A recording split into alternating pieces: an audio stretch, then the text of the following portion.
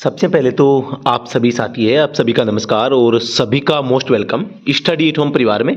आप सभी को पता होगा कि स्टडी एट होम जो हमारा ऐप है, study at home YouTube channel है, ड्राइवर भर्तियों के लिए और टेक्निकल भर्तियों के लिए एक पूर्ण रूप से समर्पित यूट्यूब चैनल है और ऑनलाइन एप्लीकेशन है, जिसके ऊपर आपको शानदार ऑनलाइन कोर्स है, टेस्ट सीरीज है, ई बुक है, बेस्ट कंटेंट नोट्स के रूप में भी अवेलेबल आपको यहाँ पर होता है। तो जरूर आप इस एप्लीकेशन को एक बार आजमाएं, आपके जीवन में जरूर यहाँ पर कुछ अच्छा होगा और उम्मीद करता हूँ आपका जो एग्जाम होगा उसकी भी आप शानदार तैयारी यहाँ पर करेंगे।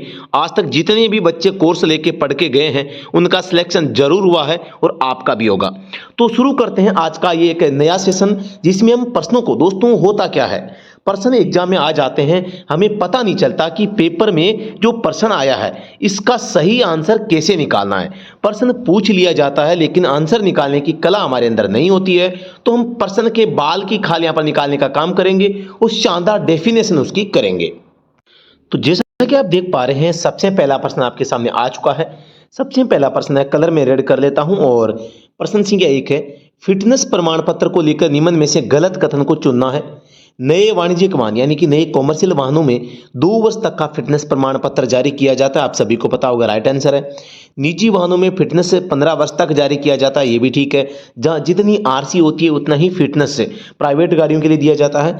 कमर्शियल वाहनों में 8 वर्ष पुराने होने तक 2-2 वर्ष के लिए फिटनेस जारी किया जाता है, ये भी ठीक है। और प्राइवेट वाहनों में 15 वर्ष बाद प्रत्येक 2 वर्ष के लिए फिटनेस जारी किया जाता है, ये कथन गलत हो जाएगा, क्योंकि जो प्राइवेट वाहन होते हैं 15 वर्ष के बाद में आरसी को 5 साल के लिए रिन्यू किया जाता है और फिटनेस भी दोस्तों यहाँ पर 5 साल का होता है। गलत पूछा है तो गलत ऑप्शन नंबर डी हो जाएगा। प्रश्न 2 आपके सामने है, वाहन पंजीकरण के संबंध में गलत कथन आपको बताना है। नए वाहन को अस्थायी पंजीकरण से काम में ले सकते हैं, बिल्कुल ठीक बात है। जो टेम्परेरी रजिस्ट्रेशन होता है उसका मेन मकसद होता है स्थायी पंजीकरण होने तक आप उस वाहन का प्रयोग कर सकें। निजी वाहनों का पंजीकरण 15 साल के लिए जारी होता है, ये भी ठीक है। वाहन का पंजीकरण उसकी एक्सपायरी डेट से 2 माह पहले रिन्यू करवा सकते हैं, एडवांस रिन्यू की बात है तो ये भी ठीक है। वाहन पंजीकरण रिन्यू के लिए फॉर्म नंबर 26 में आवेदन किया जाता है, जो कि गलत है, क्योंकि 26 में है डुप्लीकेट आरसी के लिए अप्लाई, और रीन्यू के लिए बात करता हूं फॉर्म संख्या 25 में आप अप्लाई करते हैं, तो ऑप्शन नंबर डी क्या हो जाएगा, गलत हो जाएगा। समझ में आपको आ रहा होगा। चौराहे के संकेत के बारे में सही कथन चुनिए। चौराहे के संकेत के बारे में आप सभी को पता होगा, चौराहे का जो संकेत होता है वो त्रिभुज में होता है, क्रॉस बना होता है। ये जो सर्कल होता है ये रेड होता है और ये जो संकेत है ये ब्लैक होता है। क्या होता है, ब्लैक होता है। तो यहाँ पर वृत्त में गलत हो जाएगा, वृत्त गलत हो जाएगा। त्रिभुज जिसका बॉर्डर लाल, त्रिभुज जिसकी पृष्ठभूमि लाल, पृष्ठभूमि लाल नहीं होगी, बॉर्डर लाल होगा, ऑप्शन नंबर बी। त्रिभुज जिसका बॉर्डर लाल रंग में हो और बीच में क्रॉस का चिन्ह बना हो तो वो एक चौराहे का संकेत होता है, एक चेतावनी संकेत होता है। अगले प्रश्न पे हम चलते हैं। प्रश्न संख्या 4 आपके सामने है, मोटर केब के संबंध में सही कथन को चुनना है। मोटर केब, मोटर केब आप सभी को पता है, एक मोटर केब होती है, एक मैक्सी केब होती है। मोटर केब जो होती है ना, जो यहाँ पर दी गई है, इसमें 6 प्लस ड्राइवर आपका हो सकता है, और जो मैक्सी केब होती है उसमें 6 से 12 तक यात्री प्लस ड्राइवर होता है। तो यहाँ पर मोटर केब के बारे में पूछा गया है, तो ड्राइवर के अलावा गाड़ी में 6 व्यक्ति बैठ सकते हैं, ऑप्शन नंबर बी इसका राइट आंसर हो जाएगा। प्रश्न 5 है, मोटर वाहन अधिनियम 1988 के अनुसार मोटर वाहन के नष्ट होने के कितने दिनों के भीतर उसका पंजीकरण रद्द करने के लिए आवेदन किया जाना चाहिए। तो नष्ट होने के 14 दिनों के भीतर यहाँ पर आपको इन्फॉर्म करना या नष्ट होने कर या रद्द करने के लिए आपको आवेदन करना जरूरी होता है, आवश्यक होता है। तो ऑप्शन नंबर 1 हो जाएगा। प्रश्न संख्या 6 आपके सामने है, वाहनों में ब्रेक से ब्लीडिंग की जाती है जब, ब्रेक से ब्लीडिंग का मतलब है ब्रेक लाइनों में हवा आ जाती है, इस हवा को बाहर निकालना ही ब्लीडिंग कहलाता है। और इस मामले में हाइड्रोलिक ब्रेक में हवा जब आ जाती है तो उसको बाहर निकालना ब्लीडिंग कहलाता है। तो आप समझ गए होंगे। प्रश्न संख्या 7 है, आरटीओ फॉर्म के संबंध में गलत कथन आपको बताना है। फॉर्म 1 फिटनेस का स्व घोषणा पत्र ठीक है। फॉर्म 2 लाइसेंस के लिए आवेदन, फॉर्म 2 लाइसेंस रिन्यू के लिए आवेदन, फॉर्म 6 अंतर्राष्ट्रीय लाइसेंस के लिए आवेदन, आप सभी को पता होगा कि ये गलत हो जाएगा। यहाँ पर ऑप्शन बी, ए, बी, सी तीनों सही है। डी गलत इसलिए है क्योंकि अंतर्राष्ट्रीय लाइसेंस के लिए आवेदन जो होता है, जिसे हम आईडीपी के नाम से जानते हैं, इंटरनेशनल ड्राइविंग परमिट, और इसका जो अप्लाई होता है फॉर्म संख्या 4 ए में किया जाता है। अगले प्रश्न पे चलते हैं। प्रश्न संख्या 8 है, निम्न में से गलत कथन को आपको चुनना है। नई कार का योग्यता यानी कि फिटनेस प्रमाण पत्र 15 साल के लिए होता है। वाहन के सक्षमता यानी कि फिटनेस प्रमाण पत्र के बिना पंजीकरण संभव नहीं है, यह भी ठीक है। नई कार का एक बारगी कर यानी कि वन टाइम टैक्स 15 साल के लिए होता है, यह भी ठीक है। नई कार का प्रदूषण प्रमाण पत्र 6 माह के लिए होता है, यह गलत हो जाएगा। न्यू व्हीकल की बात हो रही है तो नए वाहनों के लिए 12 माह का फिटनेस प्रमाण पत्र यहां पर जो प्रदूषण पीयूसी प्रमाण पत्र है वो जारी किया जाता है। अगले प्रश्न पे चलते हैं। वाहन का प्रदूषण प्रमाण पत्र के बिना उपयोग करने पर किस सेक्शन के तहत अपराध माना जाएगा? आप सभी को पता है कि धारा 190 जो है वो ये कहती है असुरक्षित वाहन। अब वो असुरक्षित किसी भी दृष्टिकोण से होता है तो यहाँ पर आप एक अपराधी हैं और आपके ऊपर जुर्माना लगाया जा सकता है और इसके तहत 1500 रुपये का जुर्माना भी यहाँ पर देय होता है। तो ऑप्शन नंबर 1 हो जाएगा धारा 190। प्रश्न संख्या हमारे सामने 10 आ चुका है भाई। किसी लाइसेंस अपराध के लिए आपका लाइसेंस निलंबन कर दिया गया है। निलंबन का मतलब है सस्पेंड करना और रिकॉर्ड में पृष्ठांकन यानी कि एंडोर्समेंट कर दिया गया है। अब कितने वर्ष के भीतर आप द्वारा दोबारा से अपराध करने पर आपका लाइसेंस रद्द कर दिया जाएगा? यानी आपका लाइसेंस अगर सस्पेंड है, पहले से सस्पेंड चल रहा है और आप अगर दोबारा से अपराध कर देते हैं किसी भी प्रकार का, तो यहां पर आपका जो है कितने समय के भीतर दोबारा से अपराध कर देने पर आपका लाइसेंस रद्द कर दिया जाएगा? तो वो है 3 वर्ष के भीतर। अगर आप फिर से कोई अपराध कर देते हैं तो फिर आपका लाइसेंस है वो सस्पेंड की जगह रद्द कर दिया जाएगा। तो इन चीजों को भी थोड़ा सा आपको ध्यान में रखना है। प्रश्न संख्या 11 आपके सामने है। जिस सड़क मार्ग पर अलग से पैदल यात्री पथ नहीं बना है यानी कि फुटपाथ नहीं है, तो सड़क के किस साइड में यहां पर पैदल यात्री चलने का नियम होता है? आप सभी को पता है फुटपाथ नहीं होता है, पैदल पारपथ नहीं होता है, तो आपको उल्टी दिशा में चलना होता है, मतलब कि राइट साइड में चलना होता है, मतलब कि दाईं साइड में चलना होता है। ऑप्शन नंबर 20 का राइट आंसर हो जाएगा। प्रश्न 12 है। भारत स्टेज के संबंध में गलत कथन आपको बताना है। भारत स्टेज के संबंध में गलत कथन, इसे अंग्रेजी में इंडिया स्टेज के नाम से भी जाना जाता है, जो कि गलत है। आप सभी को पता होगा भारत स्टेज को अंग्रेजी में भी भारत स्टेज के नाम से ही जाना जाता है, न कि इंडिया स्टेज। यह वाहनों का प्रदूषण मानक तय करता है, ये ठीक है। Bharat stage first euro first के रूप में 2000 में लागू किया गया। वर्तमान में भारत स्टेज 6 संपूर्ण भारत में 2020 से लागू है। तो ये BCD तीनों से ये एक नंबर ऑप्शन जो है वो गलत हो जाएगा। प्रश्न संख्या 13 है। यातायात संकेतों चिन्हों का उल्लेख मोटर वाहन अधिनियम की किस धारा में किया गया है? तो संकेत और जो चिन्ह है इनका उल्लेख यहाँ पर धारा 116 में किया गया है और इनका पालन करना धारा 119 में यहाँ पर बताया गया है कि आवश्यक होगा। पालन नहीं करते हैं धारा 177 लागू होती है। जुर्माने की बात करता हूं तो यहाँ पर 500 रुपये का आप रोड संकेत का पालन नहीं करने पर यहाँ पर होता है। प्रश्न संख्या 14 है। आदेशात्मक संकेतों के संबंध में गलत कथन आपको बताना है, गलत कौन सा है? अधिकतम गति सीमा संकेत गोल आकृति में होता है। अधिकतम गति सीमा संकेत गोल में होगा, बिल्कुल ठीक है। न्यूनतम गति सीमा संकेत नीली पृष्ठभूमि में बना होगा और ये भी ठीक है। और न्यूनतम गति सीमा संकेत चिन्ह सफेद रंग में बना होगा, बिल्कुल ब्लू में, यहाँ ब्लू पर सफेद होगा। अधिकतम गति सीमा संकेत चिन्ह नीली पृष्ठभूमि में बना होगा, नीली में नहीं होगा, ये व्हाइट में होगा। अधिकतम जो गति सीमा का संकेत होता है वो व्हाइट में ही होता है। रेड सर्कल होता है व्हाइट के ऊपर, यहाँ पर 50 ब्लैक कलर में लिखे होते हैं, ठीक है। तो यहाँ पर ये डी गलत हो जाएगा। प्रश्न संख्या यहाँ पर 15 आपके सामने है। हिट एंड रन मामले के लिए सही कथन आपको चुनना है। मृत्यु की स्थिति में 25,000 का मुआवजा गलत हो जाएगा। मृत्यु पर 50,000 और गंभीर घायल पर 25,000 का मुआवजा गलत है। मृत्यु पर 2 लाख और गंभीर घायल पर 25,000 का मुआवजा ये भी गलत है। मृत्यु की स्थिति में 2 लाख का, ये ऑप्शन नंबर डी क्या हो जाएगा? राइट आंसर हो जाएगा, क्योंकि इसमें गंभीर घायल में 25,000 गलत हो गए, यहाँ पर 50 आ जाता तो सी भी सही हो जाता, ठीक है। तो ऑप्शन नंबर डी हो जाएगा। प्रश्न संख्या आपके सामने 16 है। नीचे दिए गए संकेतों में निषेधात्मक संकेत कौन सा है? निषेध जो मना करता है, दाएं मुड़ना अनिवार्य है, ये आपके निषेधात्मक नहीं है। आगे जाकर बाएं मुड़े या सीधे चलें, ये भी नहीं है। स्पीड लिमिट 50 किलोमीटर प्रति घंटा, ये भी नहीं है। पार्किंग निषेध नाम भी आ गया है, तो ऑप्शन नंबर डी क्या हो जाएगा? राइट आंसर हो जाएगा, ठीक है। तो यहां पर मैं समझाना चाह रहा हूं कि ये भी नहीं होगा, ये नहीं होगा, ये नहीं होगा, ये आपके एक निषेधात्मक संकेत यहां पे होता है। ये तीनों जो संकेत हैं यहां पर क्या है? एक आज्ञात्मक संकेत है, जो आज्ञा करते हैं, आदेश हमें देते हैं। अगले प्रश्न पे चलते हैं।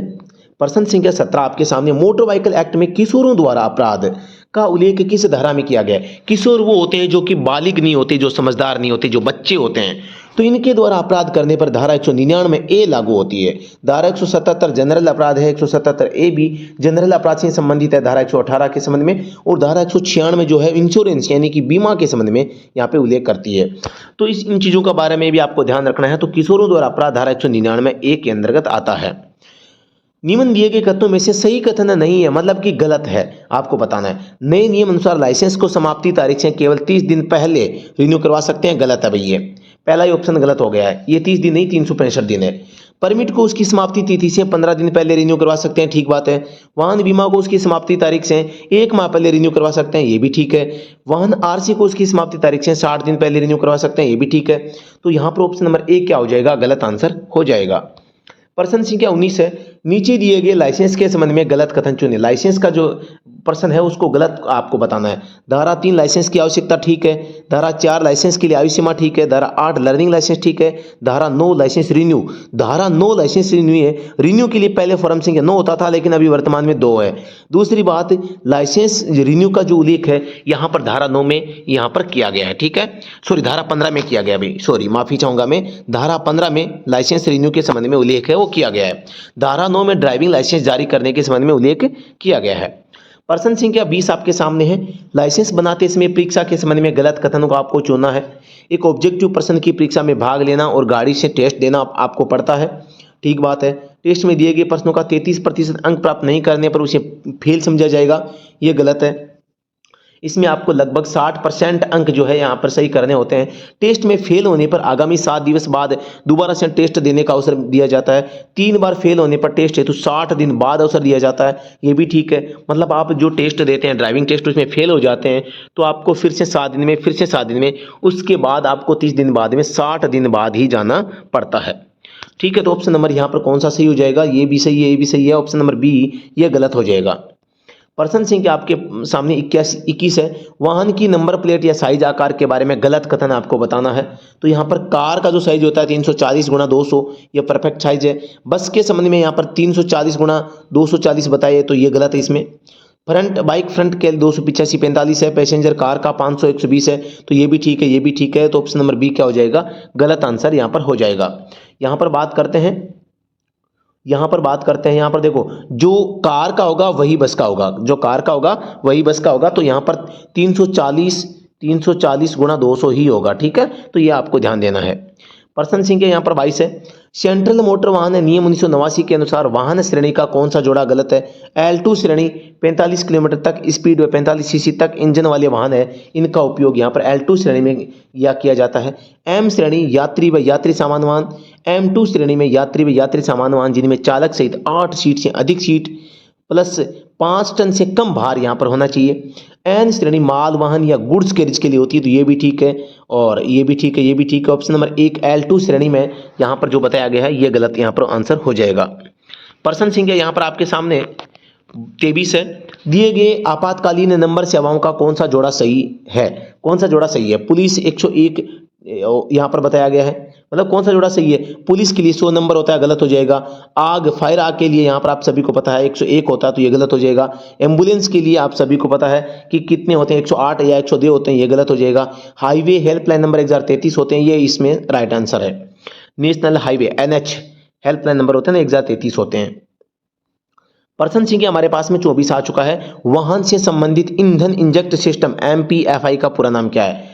MPFI का पूरा नाम जो होता है फ्यूल सप्लाई सिस्टम से संबंधित है और इसका पूरा नाम multi point fuel injection. Option number B क्या हो जाएगा, राइट आंसर हो जाएगा। मेडिकल सर्टिफिकेट के संबंध में सही कथन आपको चुनना है।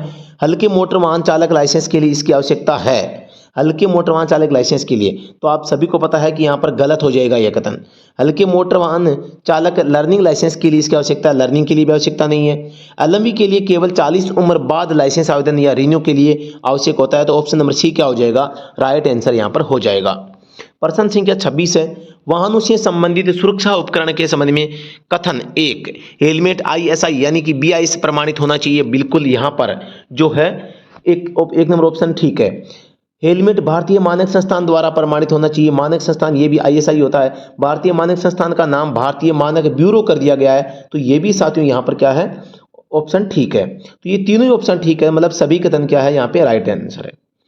प्रश्न संख्या 27 है, मोटर वाहन अधिनियम की धारा 177 के तहत इस अधिनियम के किसी नियम, विनियम, निर्देश, आदेश के उल्लंघन पर प्रथम बार में 500 रुपए के जुर्माने का प्रावधान है। लेकिन इससे दूसरे अपराध के लिए जुर्माना राशि या दंड क्या हो सकता है, यहां पर बताना है आपको। तो धारा 177 के तहत प्रथम बार का जुर्माना 500 है, दूसरी बार का जुर्माना 1500 रुपए का जुर्माना होता है। तो आपको पहली बार और दूसरी बार का दोनों का आपको याद रखना है। ऑप्शन नंबर डी हो जाएगा। प्रश्न संख्या 28 आपके सामने, किसी सड़क पर जहां पर यू टर्न लेने की अनुमति होती है या जहां से यू टर्न लिया जा सकता है हो या यू टर्न के लिए जगह होने का निर्देश हो, वहां पर यू टर्न का संकेत बना होता है। यू टर्न का संकेत किस आकृति में होता है, यह आपको यहां पर बताना है। तो यहां पर गोल आकृति होगी, ब्लू सर्कल होगा, यू का आकार यहां पर बना होगा और व्हाइट में होगा। तो यहां पर वर्ग में जिसकी पृष्ठभूमि नीली हो और संकेत सफेद रंग में हो, यानी कि जो यहां पर ये जो आपका है ये तो ब्लू में हो जाएगा, ब्लू में हो जाएगा, और जो संकेत है ना ये आपके यहां पर व्हाइट में हो जाएगा। बैकग्राउंड कैसा होगा, ब्लू होगा, और संकेत जो होगा वो व्हाइट होगा। तो ऑप्शन नंबर सी हो जाएगा। यहां पर साथियों आप सभी को पता होगा, थोड़ा सा मैंने यहां पर एक मिस्टेक करी है, वो क्या है, यू टर्न प्रोहिबिटेड का संकेत गोलाकृति में होता है, यू बना के उसको काट देते हैं, लेकिन यू टर्न लेने का जो संकेत होता है वो चौकोर आकृति में होता है, और ये एक सूचनात्मक मात्र संकेत होता है। आपके द्वारा यू टर्न लेना कंपलसरी नहीं होता, ऐसा नहीं है कि आपको यू टर्न लेना पड़ेगा, ऐसा नहीं है। अगर गोल आकृति में होता तो आपको यहां पर यू टर्न लेना ही पड़ेगा, ठीक है। अगर ये चौकोर आकृति में है तो यू टर्न लो या न लो ये आपकी इच्छा पे डिपेंड करता है। तो यहां पर थोड़ा सा ध्यान देना, संकेत है वो यहां पर वर्ग में होगा, ठीक है। Option number C. ऑप्शन तो सही बताया था, लेकिन मैंने जो आकृति बनाई थी वो गलत बना दी थी। प्रश्न संख्या 29 है, राष्ट्रीय राजमार्ग दूरभाष सहायता नंबर के बारे में सही कथन नहीं है, मतलब जो गलत है वो बताना है। राष्ट्रीय राजमार्ग सहायता नंबर 1039 से डायल करना होता है। आप सभी को पता है 1039 नहीं 1033 होते हैं, ठीक है। यह दुर्घटना स्थिति में एक सहायता नंबर होता है। राजमार्ग पर रुकावट आने पर संपर्क किया जा सकता है। इन नंबरों पर 24x7 कभी भी कॉल है वो किया जा सकता है। तो बी सी डी तीनों क्या सही है, और ऑप्शन नंबर ए क्या हो जाएगा, गलत हो जाएगा। मोटर वाहन संशोधन अधिनियम 2019 के अनुसार कौन सा शब्द नया नहीं जोड़ा गया है, चालक, पुनश्चर्या प्रशिक्षण कार्यक्रम, समुदाय सेवा, असक्त वाहन और समूहक। इनमें से जो असक्त वाहन है ना, असक्त या इनवैलिड कैरेज, तो ये शब्द पहली बार नहीं जोड़ा गया, पहले से ये शब्द है वो ऐड है, ठीक है। तो असक्त वाहन पहले से ऐड है। वर्तमान में जो जोड़ा गया है वो आर्टिकुलेटेड व्हीकल नाम यहाँ पे जोड़ा गया है, या अडेप्टेड व्हीकल यहाँ पे जोड़ा गया है, अडेप्टेड व्हीकल, ठीक है। तो यहाँ पर इस असक्त जो असक्त वाहन है इसके नाम पे अब अडेप्टेड व्हीकल नाम कर दिया गया है। अडेप्टेड व्हीकल, रूपांतरित वाहन, अनुकूलित यान। प्रश्न संख्या 31 है, ट्यूबलेस टायर का लाभ नहीं होता है, लाभ नहीं है, इसमें हवा का रिसाव धीरे धीरे होता है, ठीक है। ये अधिक फ्लैट होकर चलने की संभावना होती है, अधिक फ्लैट नहीं होते, ये कम फ्लैट होते हैं।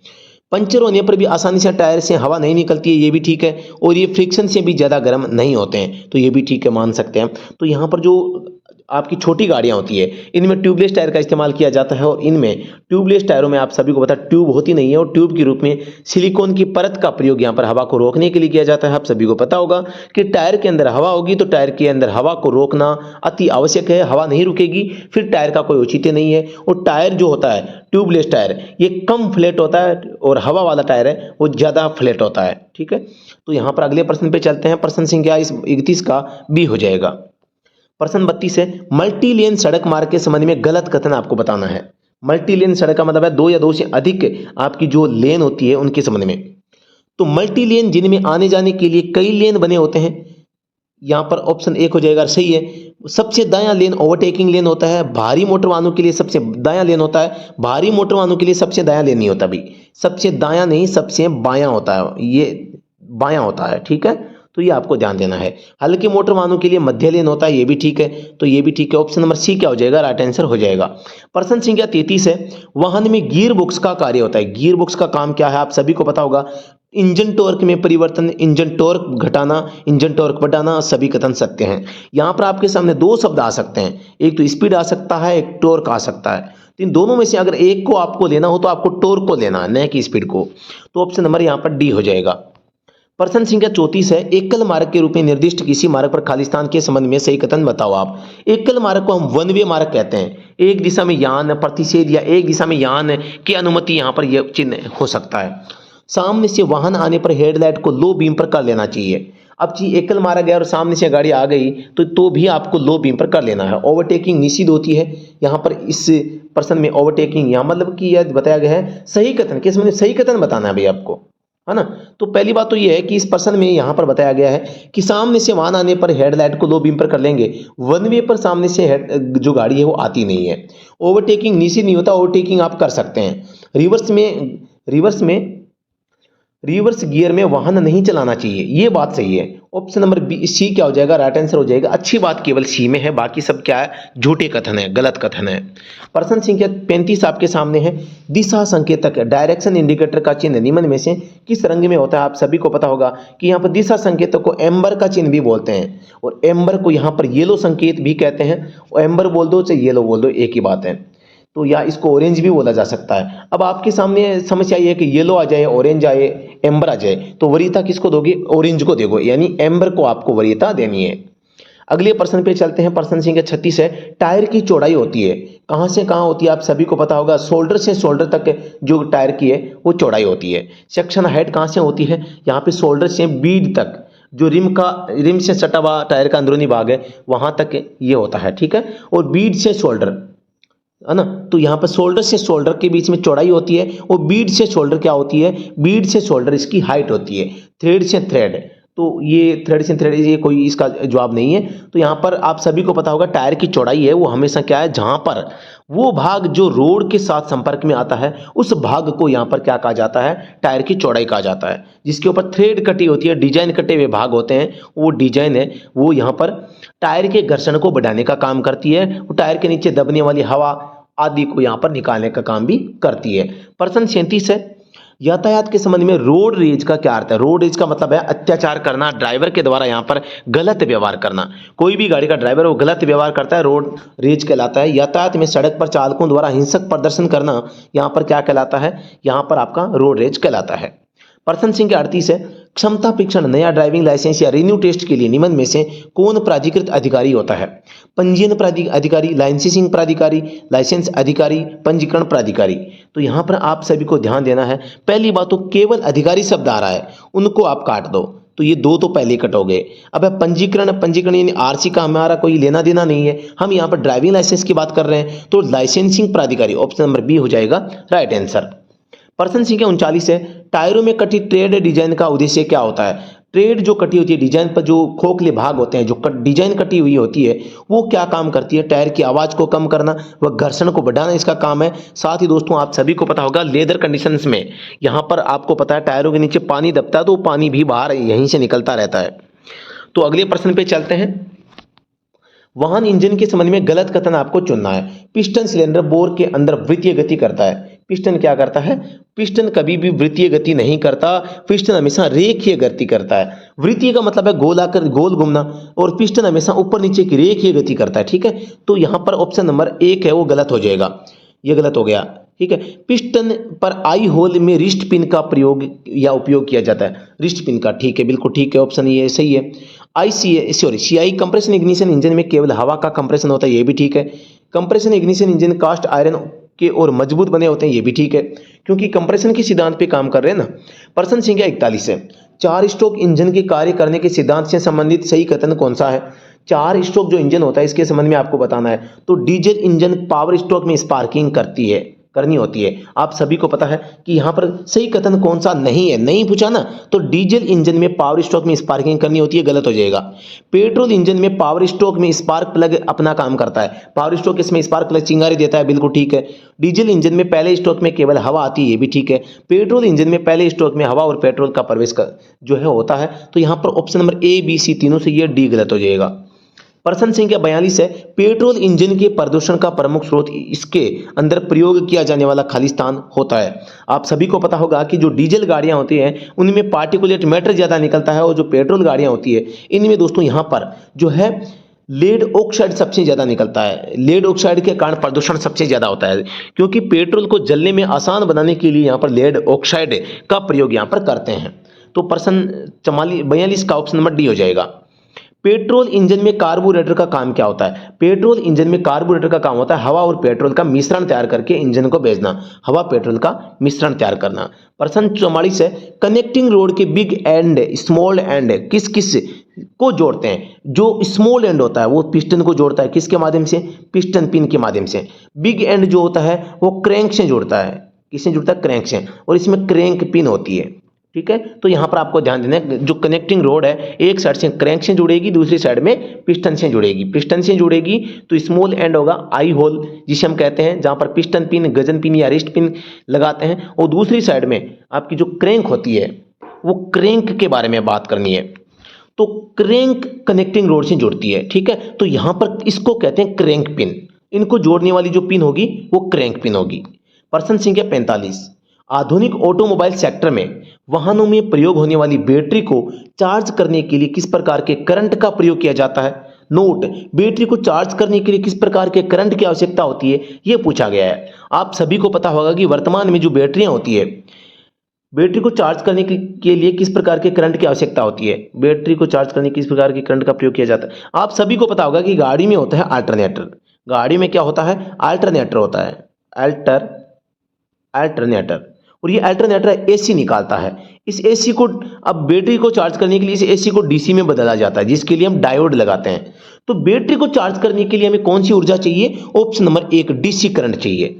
अब अल्टरनेटर एसी निकालेगा तो इस एसी को हम डीसी में कन्वर्ट डायोड के माध्यम से आसानी से वो कर सकते हैं। ठीक है, तो अगले प्रश्न पे चलते हैं। प्रश्न संख्या यहाँ पर 46 है, किसी पेट्रोल वाहन का बार बार क्रैंकी करने पर भी स्टार्ट न होने का क्या कारण हो सकता है?